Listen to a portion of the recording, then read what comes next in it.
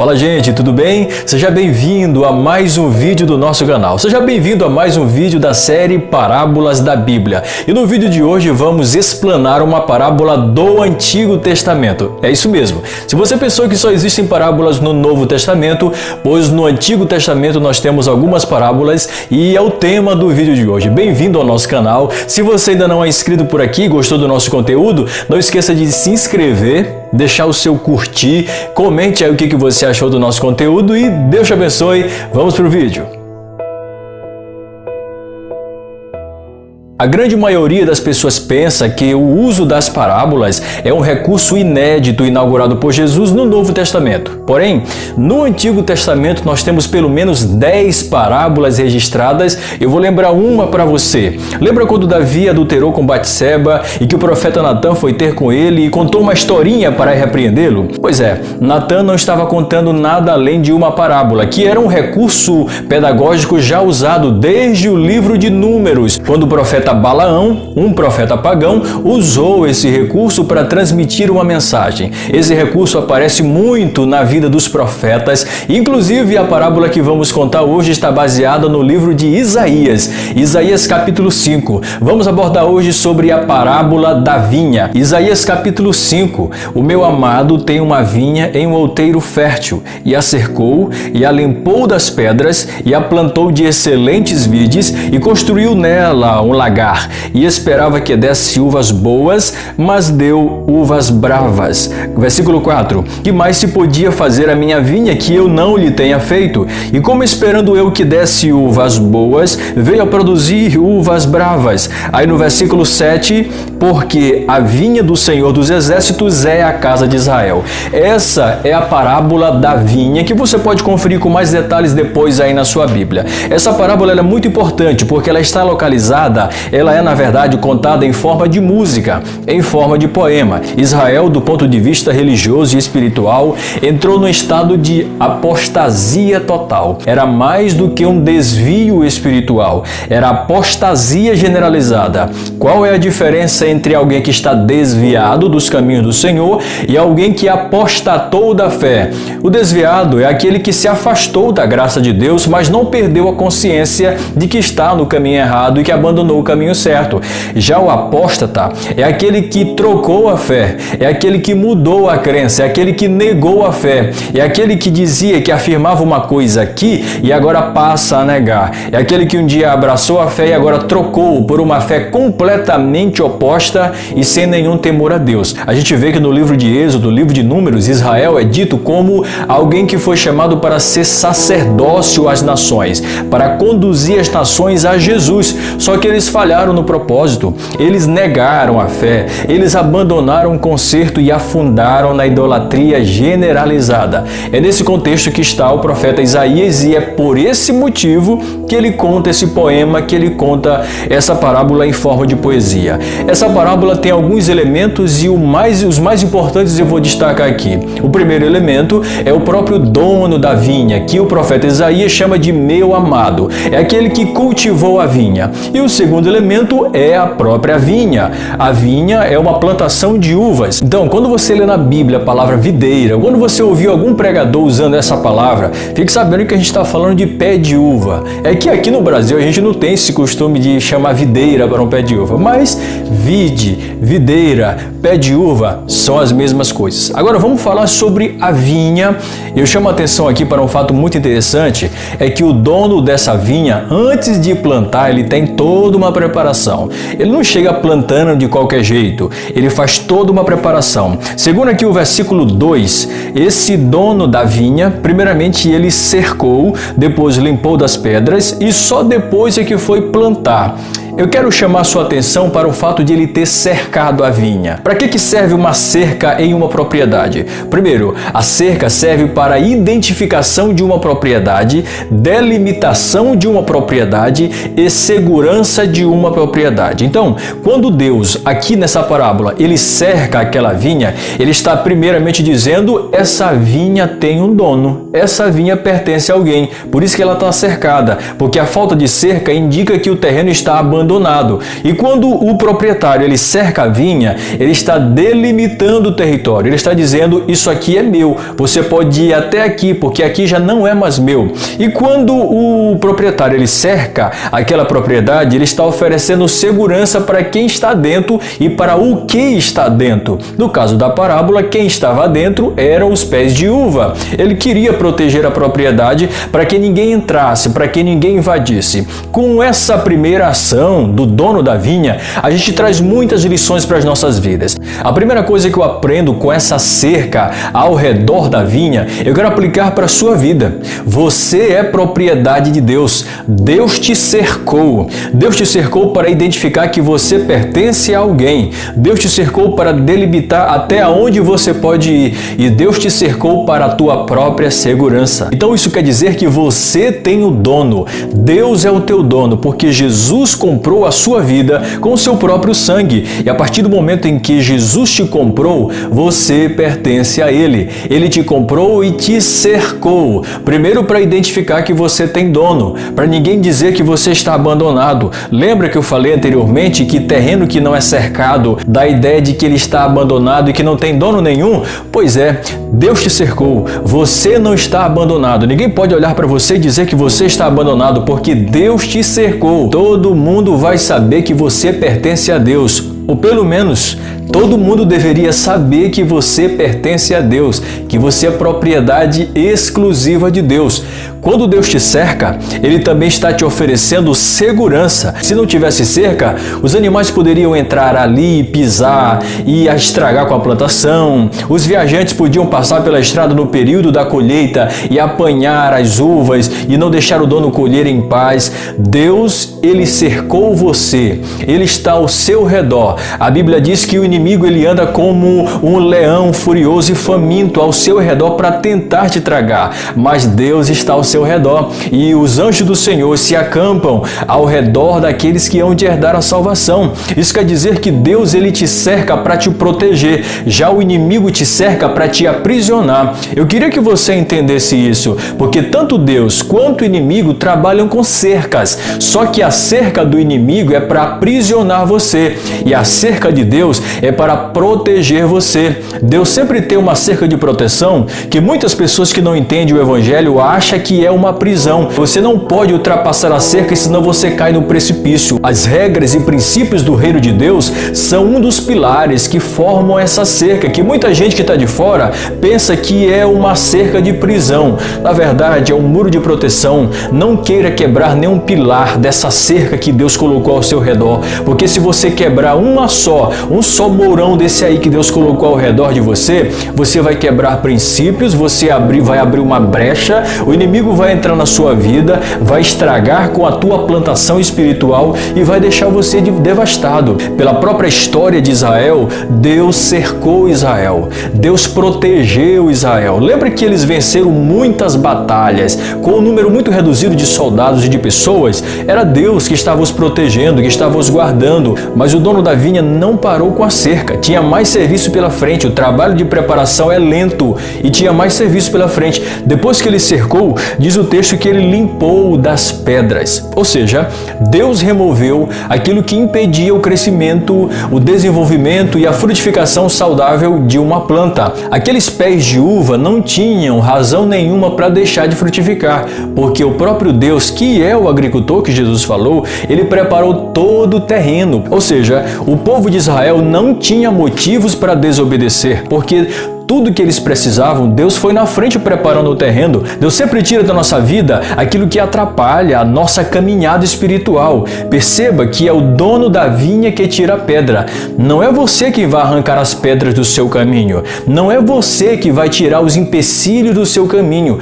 É Deus que vai na frente, preparando o caminho e melhorando para que você possa passar. Agora, não é porque Deus tira todas as pedras da sua vida espiritual, isso não quer dizer que Deus vai tirar tirar todas as suas pedras da vida material, da vida financeira, da vida no casamento. Aprenda uma coisa, nem sempre Deus vai tirar as pedras do teu caminho. E sabe por quê? Porque Deus não está tão interessado em tirar a pedra do teu caminho, como está interessado em tirar a pedra do teu coração, como está interessado em tirar o teu coração de pedras. É isso mesmo, Deus primeiro está interessado em tirar o teu coração de pedra e te dar um coração de carne, um coração flexível, um coração que se dobra diante da sua palavra. Então, antes de você ficar aí desesperado, chateado, porque Deus não tirou todas as pedras do teu caminho, saiba que esse não é o propósito maior de Deus. O propósito maior de Deus é te dar um coração de carne, um coração que se dobra. Isso quer dizer que Deus, quando Ele te chama, Ele prepara o teu coração.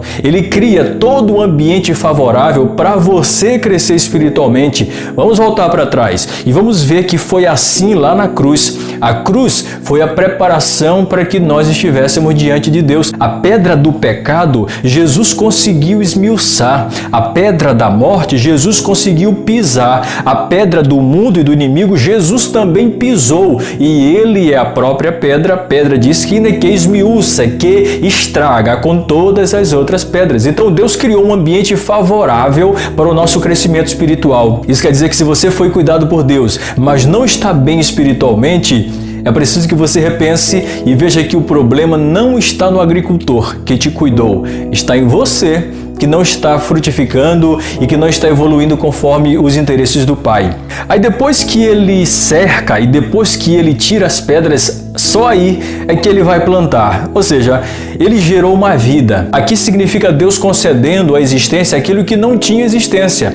Essa vida que Deus dá, essa semente que Deus planta para gerar uma vinha, significa uma semente que brota do próprio Deus. É uma semente que tem o DNA de Deus. Então, nós vemos que essas três ações introdutórias, essas três ações preparatórias, nos indicam uma coisa: cercar, tirar pedra e plantar, indicam um investimento muito alto, um trabalho árduo e um esforço muito duro para que aquela vinha fosse plantada. Um investimento muito caro. Querido, aquilo que Deus investiu na sua vida foi muito caro. Para você não custou nada, mas para Deus custou a vida do seu próprio filho. Você é um projeto de Deus. Você é essa planta, essa plantação que Deus teve todo o cuidado de preparar para você nascer. Você é um projeto caro para Deus. Quando eu analiso esses passos preparatórios para a existência da vinha, eu aplico para a minha vida e para a sua vida eu quero que você aplique também.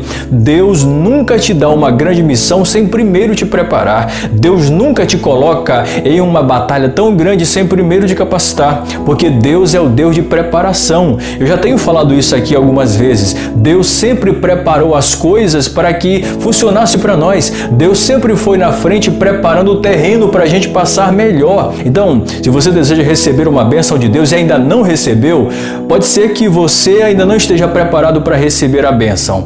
A bênção já está preparada, mas pode ser que você não esteja. E Deus quer primeiro preparar o terreno do teu coração para você ser capaz de receber a bênção e não extraviar com ela, e não se perder com essa bênção. Porque tem pessoas que já querem frutificar, mas não querem se certificar de que já estão cercadas, não querem se certificar de que estão seguras diante de Deus.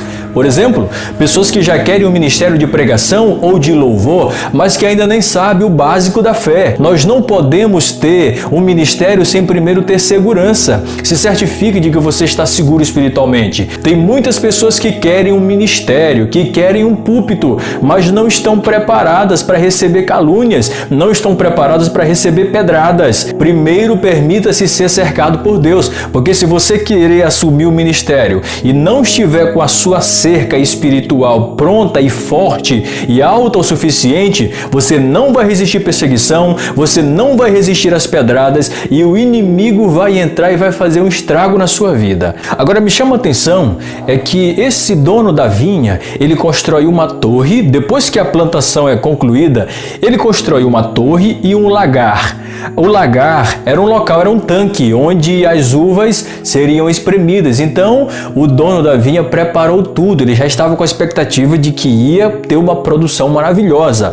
Ele constrói uma torre também. Para que serve a torre? A torre servia para alguém ficar lá em cima e avistar se de repente se aproximava algum animal ou alguma pessoa suspeita para querer de alguma forma derrubar a cerca e invadir a plantação. Aquela torre representava os grandes líderes da história de Israel. São os profetas, são os sacerdotes, são os reis piedosos, são pessoas que Deus colocou no lugar elevado e alteou a sua voz para que falasse a respeito do próprio Deus. Perceba que o dono da vinha reforça a sua segurança. Ele viu que somente a cerca não era o suficiente para garantir uma vinha segura. Aí ele constrói uma torre para avistar pessoas de longe. Ou seja, em outras palavras, Deus ele tem um cuidado redobrado por nós. A vinha tinha um muro que garantia sua segurança, mas precisava de uma torre com atalaia para garantir a vigilância. Quem te segura, quem te protege é Deus, mas quem vigia é você. É isso que essa parábola nos ensina aqui. Não basta apenas Deus te proteger se você não vigia. Vigia, porque se você não vigiar, pessoas vão se aproximar de você, vão querer usufruir do teu fruto, vão querer beber do teu vinho, mas depois vão ferrar com a sua vida. Vigia! Você precisa estar em cima de uma torre com vigilância redobrada. É por isso que Jesus disse: primeiro vigiai, depois orai. Então ele constrói uma torre e constrói um lagar, ou seja, ele redobrou a segurança e estava na expectativa, só na expectativa de colher uvas boas. Porém, no final do versículo 2, Isaías fala que o dono da vinha esperava que desse uvas boas, mas só deu uvas bravas. Ou seja, o propósito da existência daquela vinha não foi cumprido. Ela foi plantada com um objetivo. É por isso que o lagar foi feito, foi construído, esperando uma boa colheita, porém não foi cumprido. Como eu já disse, essa vinha é o povo de Israel no Antigo Testamento. Eles não cumpriram o concerto, eles não obedeceram à lei, eles foram rebeldes ao propósito do Senhor. Aquela vinha produziu uvas azedas, ou seja, produziu uvas que não eram esperadas pelo agricultor. O que são essas uvas azedas? É a religiosidade sem piedade na época dos profetas. Acontecia sacrifícios, tinha oração, tinha louvor, tinha festa, mas não tinha vida. Era uma religiosidade falsa, uma religiosidade sem piedade. Uvas azedas também representam idolatria generalizada. Pense em tudo quanto é Deus maluco daquela época que aquele povo adorava. Era Baal, era Moloque, era Astarote, era Estar, era tanta coisa que aquele povo adorava, mas estavam no templo. Isso que é interessante. Eles saíam do templo de cultuar a Deus e iam oferecer sacrifício nos altares de Baal. Veja que loucura! Isso é apostasia. Pode até ser religioso, pode até estar no culto, pode estar até na igreja, cantando bonitinho, mas é apostasia se não se volta diretamente para Deus, se divide a vida com Deus e com Satanás. É por isso que o profeta Isaías disse: esse povo me honra com os lábios, porque o seu coração está afastado. Jesus repetiu isso aí que Isaías falou. O que eram mais aquelas uvas azedas? Representavam os sacerdotes, profetas e reis que não tinham temor a Deus, reis corruptos, sacerdotes que só faziam o seu ofício na formalidade. Era só para cumprir a liturgia, mas não tinha vida. É interessante que toda planta que você vê, ela não necessita do fruto para sobreviver. É o fruto que necessita da planta. Ela não consome o seu próprio fruto. Mas aquela vinha que Deus criou, o egoísmo tomou de conta. Os frutos eram só para ela, não eram para as outras pessoas. Era o egoísmo generalizado. Não se pensava nos necessitados, nos pobres da sociedade da época. Não se obedecia às leis que garantiam a proteção social para o povo daquela época. Essas eram as uvas azedas, era o egoísmo generalizado. É aquilo que Deus te deu para você compartilhar com outras pessoas e você só fica consigo mesmo e você não divide com ninguém. É aquele talento, é aquele dom espiritual que você pede para Deus, mas só pede pensando em se beneficiar. Veja bem, os dons que Deus te deu, os talentos que Deus te deu ou que vai te dar, qualquer dom espiritual, não é para você se beneficiar. A planta não se beneficia beneficia do fruto, você não pode se beneficiar daquilo que Deus te deu, dos frutos que Deus te deu. É para beneficiar outras pessoas. O seu louvor, a sua pregação, o serviço que você oferece na igreja é para servir alguém, não é para servir você. E muita gente está tão desacostumado com isso que não entende que os dons que Deus nos deu não é para nos servir, é para servir a Deus. E gente querendo ser servido por aí, quando na verdade Deus nos chamou para servir, quando na verdade os nossos frutos é para servir os nossos irmãos. Sabe o que significa mais aquelas uvas azedas? É aquele dom que Deus te deu com um propósito e você desvirtuou o propósito de Deus. É aquela habilidade que você tem para se comunicar, mas que você usa essa habilidade para mentir para os outros, para enganar os outros, para passar a perna nos outros. É aquela habilidade que Deus te deu para pregar e você usa toda a habilidade que tem para induzir os outros a cometerem erros. É aquele perfil de liderança que Deus te deu e você usa esse perfil de liderança para fazer motim na igreja, para fazer confusão na igreja, para fazer a igreja se rebelar contra os seus líderes. Muito cuidado, porque se você se desvirtuou, se você está desvirtuando os dons de Deus, pode ter certeza que a espada do agricultor vai chegar em você. E quando chegar vai doer muito, hein? Sabe por quê? Porque nos versículos 5 e 6, como aquela vinha não produziu frutas agradáveis, veio o juízo sobre ela. Versículos 5 e versículo 6, olha o que aconteceu quando o dono da vinha percebeu que ela não produziu uvas doces. Versículo 5, agora pois, que vos farei saber o que eu hei de fazer à minha vinha?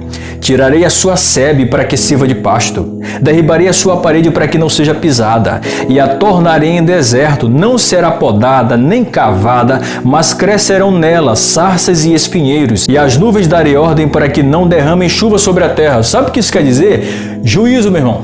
Não podemos fugir da realidade do juízo de Deus. No sentido específico e contextual de Isaías, o que seria esse juízo? O que significa quando Deus diz que vai derrubar a cerca, vai deixar crescer mato, vai deixar ser pisada? Isso se refere aos juízos que Deus usaria por meio das grandes nações para subjugar, para dominar, para invadir Israel e derrubar a autonomia e a sustentabilidade da cidade. Isso aconteceu quando a Assíria invadiu o Reino do Norte. Isso aconteceu quando a Babilônia invadiu o Reino do Sul. Isso aconteceu na época de Jesus, quando Roma invadiu Jerusalém e dominou Jerusalém. Na época de Jesus, Jerusalém era dominada pelos romanos. Então a profecia se cumpriu fielmente. O juízo de Deus foi cumprido. Ou seja, Israel não se manteve fiel, então perdeu toda a proteção. Enfim, a vinha não cumpriu o seu propósito, a profecia se cumpriu, Jerusalém foi destruída por várias vezes, foi dominada por vários impérios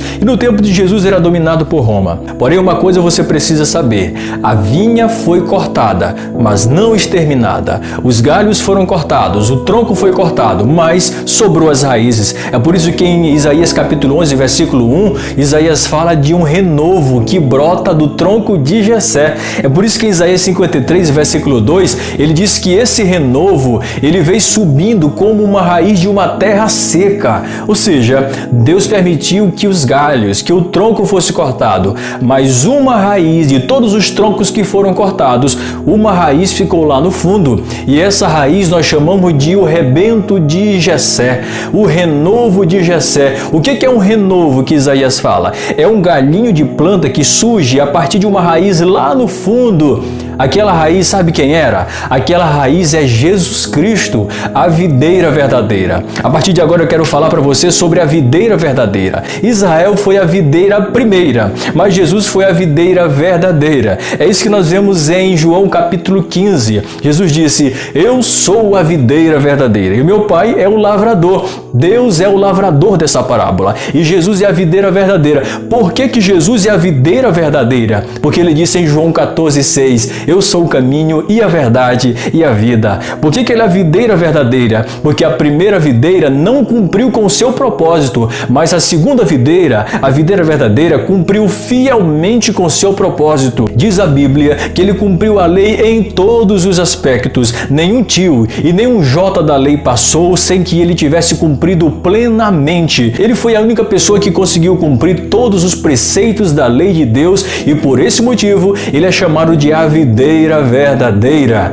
Aquilo que a videira do Antigo Testamento não conseguiu cumprir, a videira verdadeira do Novo Testamento cumpriu fielmente. A videira do Antigo Testamento representa um povo, que é o povo de Israel. Já a videira verdadeira do Novo Testamento representa uma pessoa do qual surge um povo. E que povo é esse? É a Igreja do Senhor. Para ter vida espiritual no Antigo Testamento, tinha que ser judeu, ou então alguém que fosse inserido na sociedade judaica e aderisse ao concerto de Moisés. Porém, para ter vida no Novo Testamento, não precisa mais agora ser judeu e nem precisa estar ligado a nenhuma ascendência judaica. Só precisa estar ligado na videira que é Jesus Cristo. E ele disse que ele é a videira e nós somos os galhos. Agora, assim como houve um juízo para aquela videira no Antigo Testamento que produziu uvas azedas, também existe um juízo para o galho que não está produzindo. Jesus disse que o galho que frutifica, o agricultor, que é o próprio Deus, ele poda para que aquele galho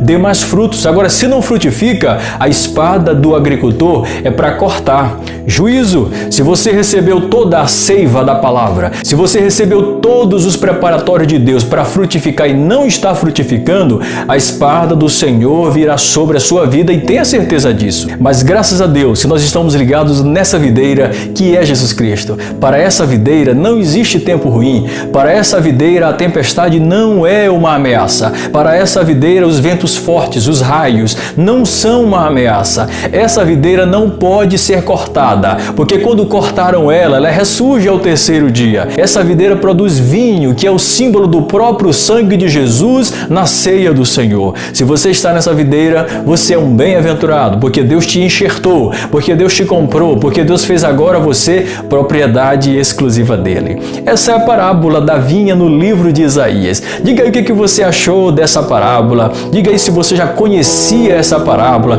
se você sabia que já existia a parábola no Antigo Testamento, comente aí. Eu espero que eu tenha sido claro para você e preferencialmente eu espero que isso abençoe muito a sua vida. Compartilhe nos grupos da sua igreja para que você edifique outras pessoas também. Então eu espero por você na próxima quarta, a partir das 19 horas, tem vídeo novo aqui no canal. Eu estou no Instagram todos os dias, você pode me seguir por lá para ser abençoado também. Então, até a próxima quarta.